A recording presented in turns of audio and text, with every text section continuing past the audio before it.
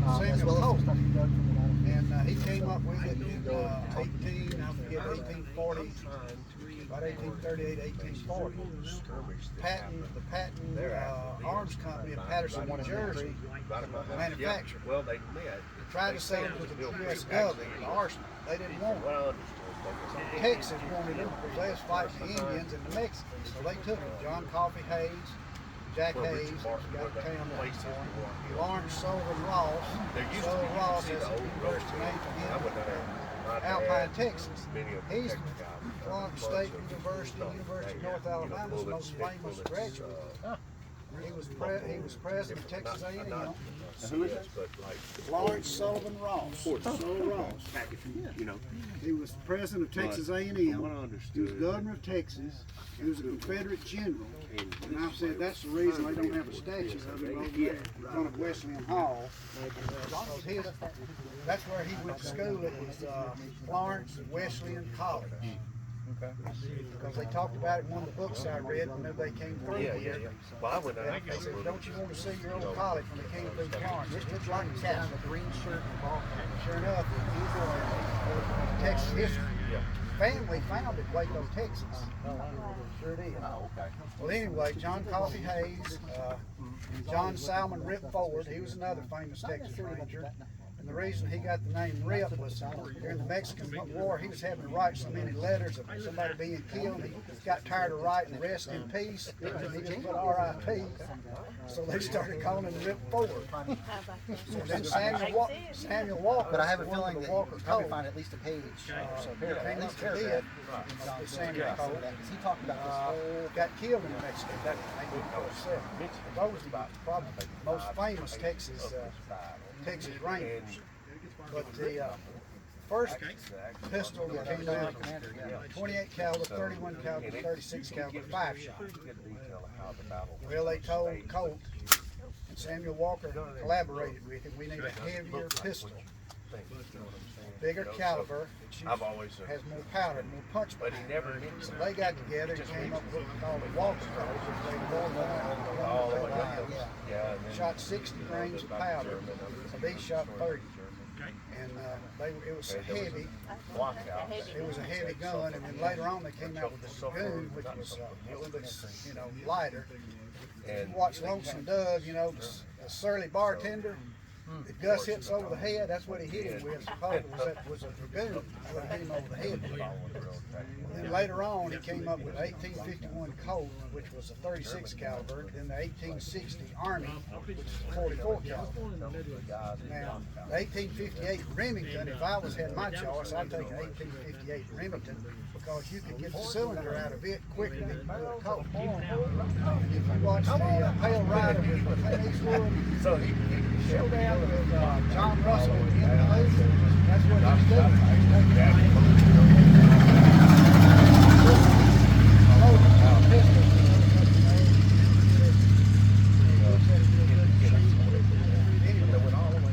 So that's basically the history. In 1873, I was telling them, they came up with a 70-ton cartridge. It was a bullet, what we know as a bullet now. But see, these, you had to load each cylinder. You had to pour, I didn't bring my flask, my powder flask. You had to pour 30 grains of powder down the cylinder. Then you had to take one of these and put it in there, and this way, you'd spin it around, the cylinder around, and then you take this, and you would seat, see, then you'd have to, right here, you spun it around. Oh, okay, so that was push it down in there. The ball against the powder. That was the piston that pushed it down, That's not right. a rod, not just a rod that you shoved in. See, Okay. and you had to do, each one. And you just rotated it, and did the next one, until you got them all loaded, and then you put a percussion cap on it. And that's why you wouldn't want to do it in the middle of a battle, because That's right. See, that's takes the a while. percussion cap. It goes right here. You put that there, and whenever the hammer strikes it, that's what causes it to fire. Now, with that one, could you have carried preloaded spare cylinders? That's what I'd have wanted. I'd want an 1858 Remington. The Colt, it would be, now the Colt, because see, to take it apart, you've got to take right here, see, this has got to come off. See, this right here, you push down and you pull this pin out, and then it comes apart. Oh, Okay. It's a so it doesn't just breach open or no, something. it's an arduous process. Yeah. But with the 1858 Remington, it's better. But anyway, then they converted a lot of those to cartridge. Whenever they came out with it in 1873, they came out. Then Coles and Smith and Wesson were the number 1 and number 2 pistol makers at that time. I've got one. What would you call this? Is this a slug? Well, that's MINIE, what I'd call a mini ball. See, they started shooting these in rifles. Out of a rifle? Yeah. That's a big bore. I've got one in my kitchen windowsill. Well, y'all live right up there on the Found track. it. They live right up Yeah. there on the railroad. I'm surprised they hadn't got a bunch of stuff. We do. There's one in my kitchen windowsill. I was gonna say you should have a bunch of them because y'all right there where they went through. You sure did. People still come up here. Huh? So often a man would take. Yeah. So anyway, so that's why you had to carry multiple pistols with you. And then of course the saddles there. That was a McClellan. George McClellan went to Europe during the Crimean War, and he saw the Hungarian saddles and the Russian saddles, and the U.S. was using the Grimsley saddle, and so he thought he could make some improvements, and he did, and came back and they adopted that saddle. The government did in 1859. Now, the first couple of years of the war, the Southerners usually rode a Jennifer saddle, and I don't have it. You could Google a Jennifer saddle. But then their horses got kind of thin, and they started getting these McClellans off of captured Union supplies, and they started using the McClellan saddle, and that's pretty much the bit and the stirrups are pretty much, and the tree is pretty much original. The rest of it has been redone by Chris Stewart at Hartselle, who's a reenactor with the 7th Tennessee Cavalry, and that's what he does. You know, he makes, What's the hard part made out of? I mean, is it wood inside it's that? wood Wood with leather on top of Oh, it? is that? Okay. Okay. I sent that to somewhere in Georgia, and I thought, get the bull hide put on it after I bought it, and I thought, why did I do that? I'll never see that again. Well, I did.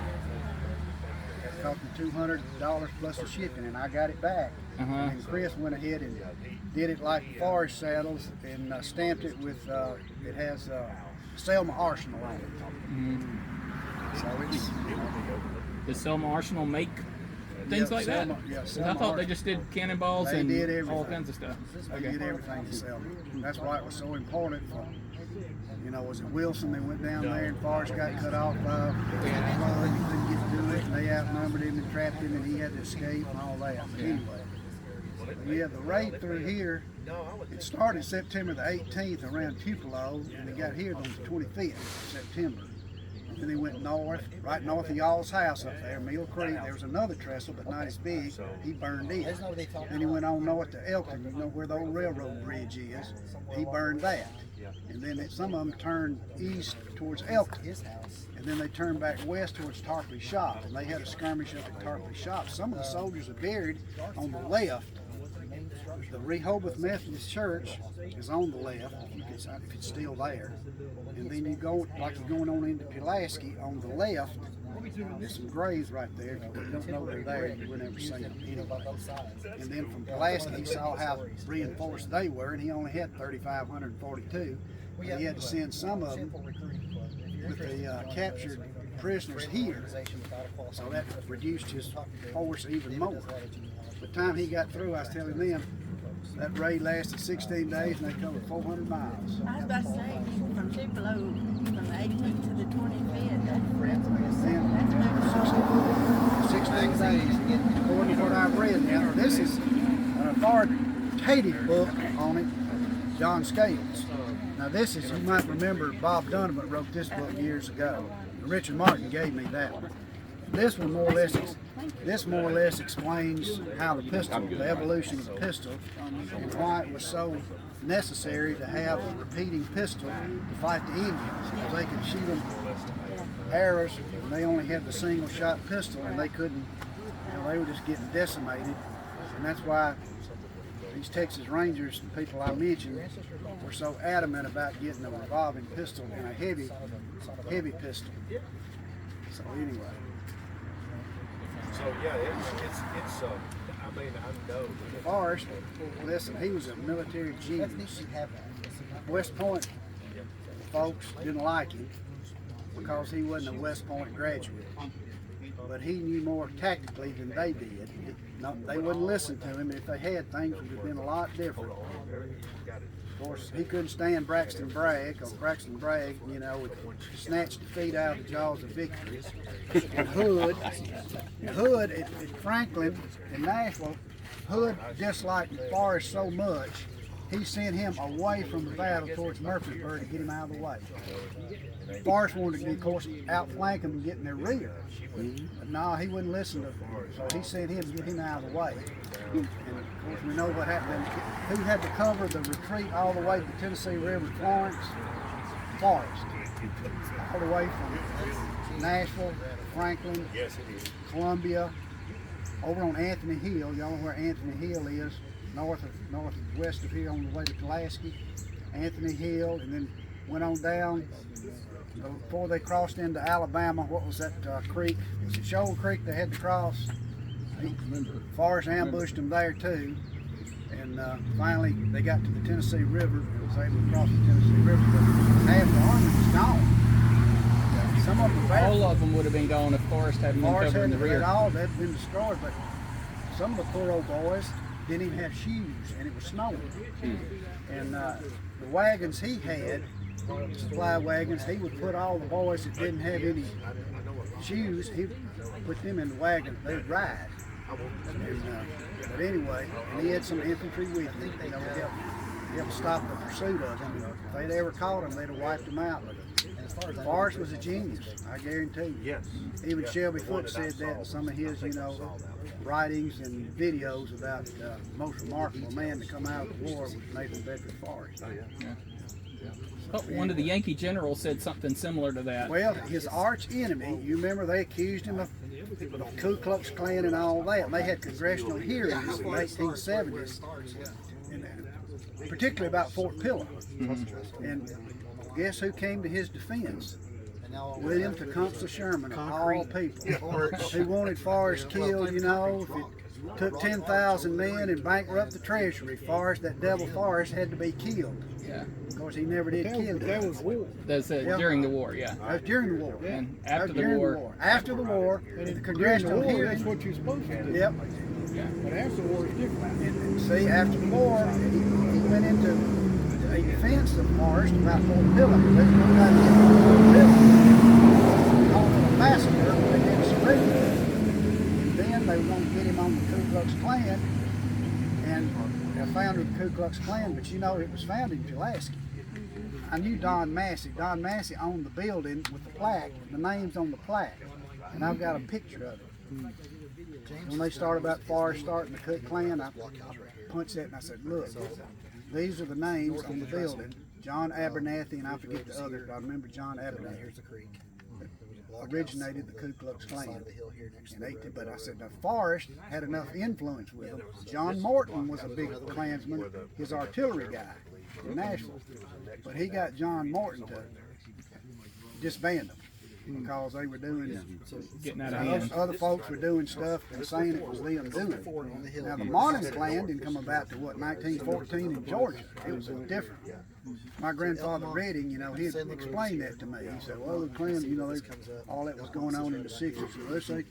This ain't the Klan that came out of Pulaski. This is the Klan from Georgia. So this ain't got nothing to do with what happened in Pulaski. I said, yes, sir, I understand. So anyway, I remember him telling me that. But anyway, that was, Forrest was accused of a lot of stuff that he didn't.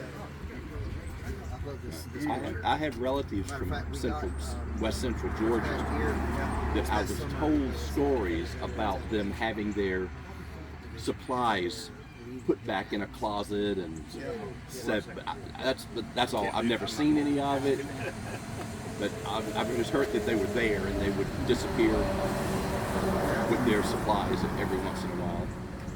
Now, was it the Sons of Temperance that was right over here in Richard Christensen's building in the basement? They had the Sons of Temperance, and I think they found some Klan stuff in that basement too. They're selling.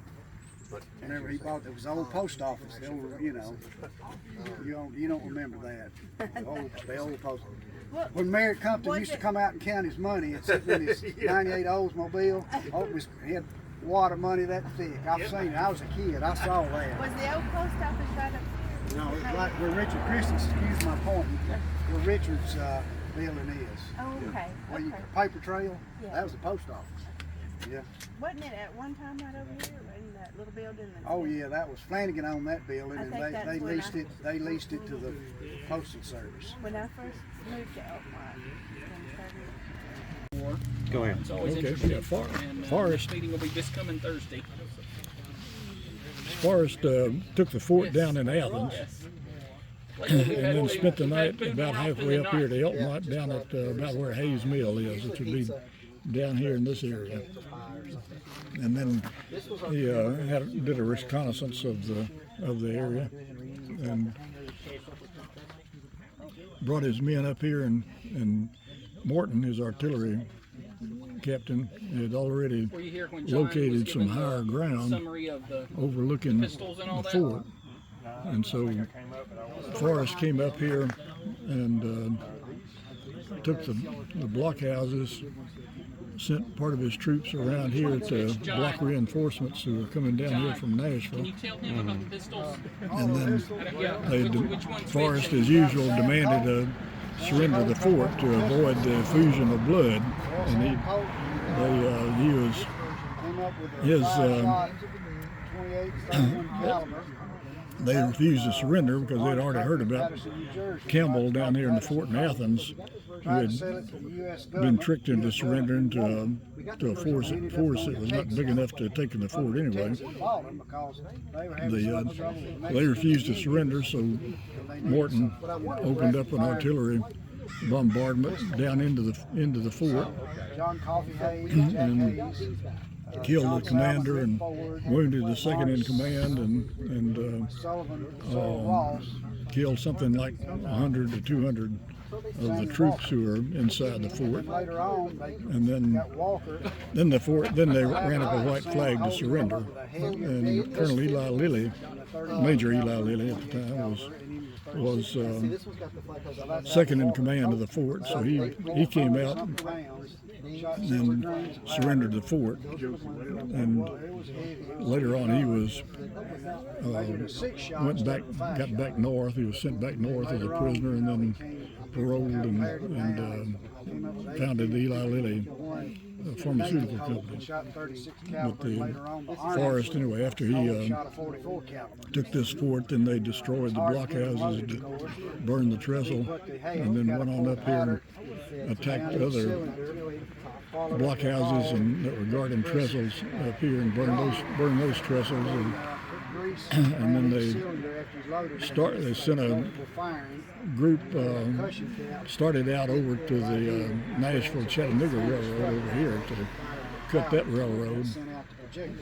And by that time, though, the Union troops from Nashville had gathered up enough men to come down here, and they were had Forrest outnumbered, so Forrest had to escape back down here to Florence and bring his men out through the woods and out before they got captured. Is that it? All this is described in a lot of detail in General Scales' book on Forrest campaigns during the war. Yeah. Anything interesting about the battle or unique?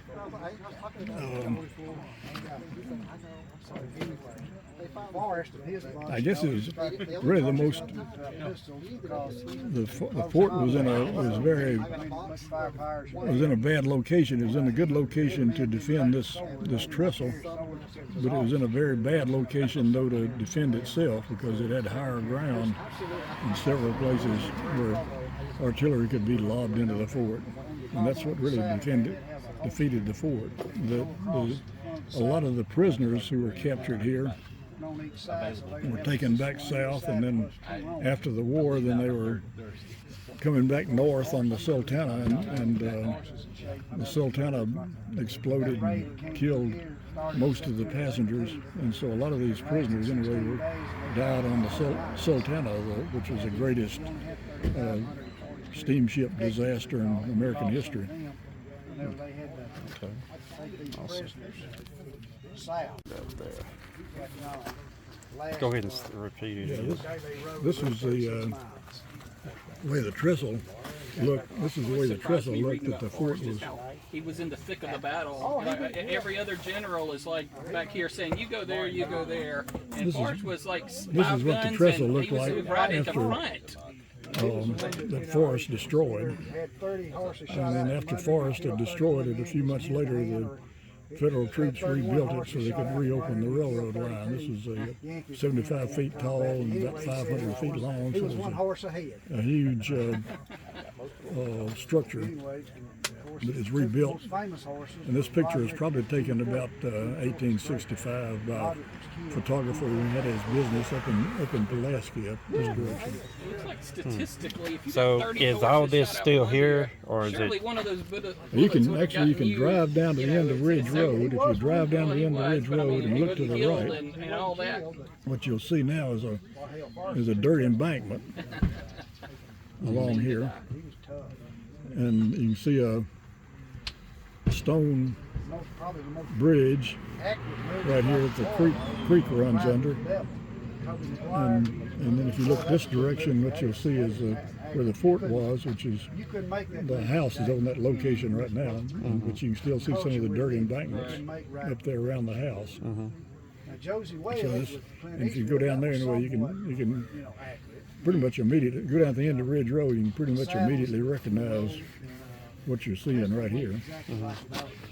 So is this all built up now? No, this is nothing. This looks just like it did then. Gotcha. Okay. Thank you. Showing actually Forrest route when he started this invasion. Forrest,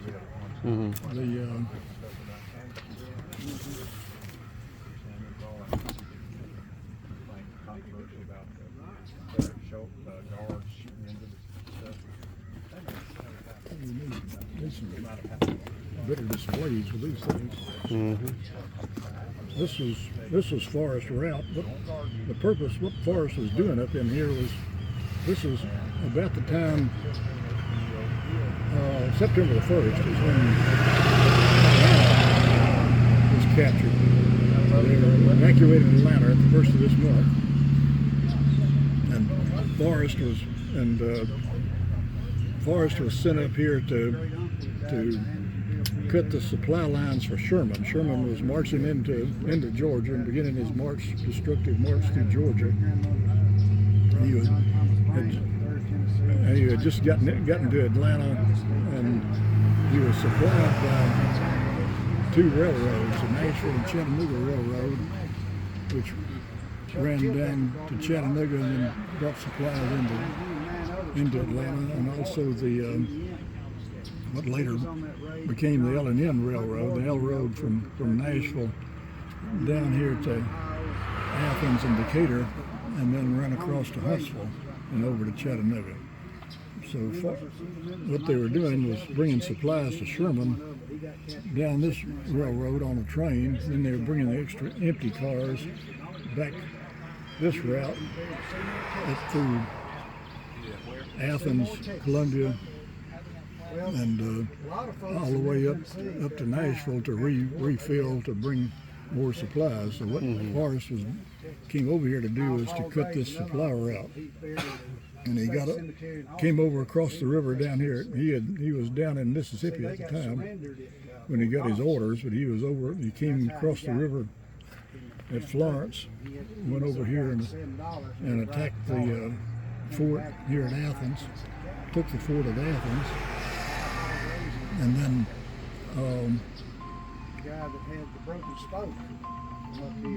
defeated troops that were sent up here from Decatur, came up here and spent the night after he captured the fort at Athens. He came up here and spent the night in about at Hayes Mill, which is about halfway between here and Athens, down where the rails to trails rail ends at Hayes Mills, roughly where he encamped, and then came up here and took this fort at Sulphur Creek and burned the trestle at Sulphur Creek. Went on up here tearing up rails and burning trestles all the way up here to Pulaski, and then liberated a contraband camp right in here. Went on, took a route, went over this direction to cut this railroad line. This was too heavily defended, so we had to retreat.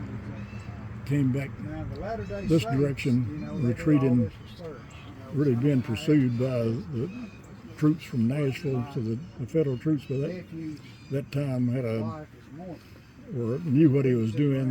They sent a lot of troops down this direction, so Forrest was greatly outnumbered on his retreat, so he just had to stay ahead of all the federal troops after him. Came back down this direction, down through Lawrenceburg, back down to Florence, and back across the river. So that's really the description of this particular campaign. Across the river, up through here, over to Tullahoma, then retreating back this direction after he destroyed this railroad line right here. Unfortunately, just a few months later, then Hood decided to attack Nashville. This railroad line would have been useful to the Confederate troops if Forrest had not already destroyed it. I mean, it would have been useful to the Hood's troops.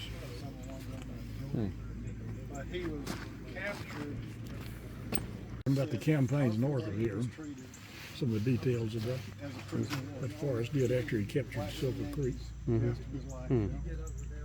Awesome. Let's see if I can get one closer to that.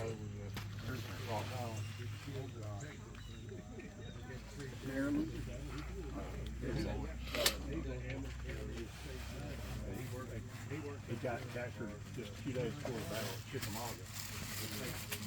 Camp Chase first. Brand new at that time.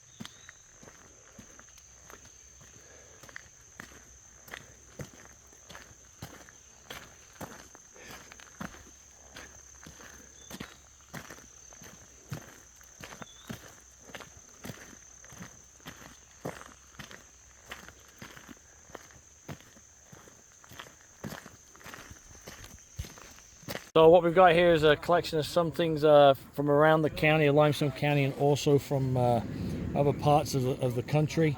That's a home site here in Limestone County.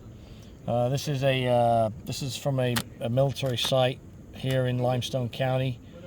Obviously you got the 6.9 caliber mini bores, and we got part of the breastplate. Probably can attribute this to actually the 111th U.S. Colored Troops. A couple of things here. These are from Wyoming. You got your Sharps buckle and the bat wing, the classic bat wing. In fact, looks like it may have, looks like a little bit of steam. Let me pull this out so it's clear. Okay. That's your bat wing right there. out in the west, they had what's known as galvanized Yankees. They were Confederates who had surrendered or been captured, and they decided, you know, change allegiances and fight for the Union. So they sent them out to fight the Indians out west. And this is a clip corner belt buckle, and you know, everything I've been told is this is a Confederate belt buckle. So to find that out west, chances are it was a galvanized Yankee. Or I'd at least like to think that. The other things we got here, this is around Fort Blakely area. This is a home site here in Limestone County. It's a cabin site. The gentleman only owned 40 acres, so if you're looking on the township and range stuff and you find somebody who just owns that 40 acres lot, chances are their cabin was on the site. So we found parts of showing occupation on that site. I've got to go back there this winter when the grass is dead and everything, and hopefully I can find some more stuff. And then this is from around Harris Station area here in Limestone County. This is from Wyoming. Obviously you got the bit bosses, US bit bosses, and a Spencer. And these are from Virginia right here. You got the buck and ball and then a 58 caliber mini ball. And then again, these are from home sites in Limestone County. You know, long since disappeared. So. Okay, gotcha. So, you want to tell me about your podcast? I don't have a podcast. I have a YouTube channel. It's YouTube. Bullets and Buttons. If you search and you find that symbol right there, that tells you that's the Bullets and Buttons. And if you got a camera, you know, you could obviously that. But that's it. Bullets and Buttons. And if you want to contact me, bulletsandbuttons@gmail.com. If you have any metal detecting questions, or if you've got something you want help identifying, or if you want help researching, because that's what I do most of the time is I research for other people, which I enjoy doing. If you want help researching, then by all means, please shoot me an email, and I'll see what I can do to help you. All right.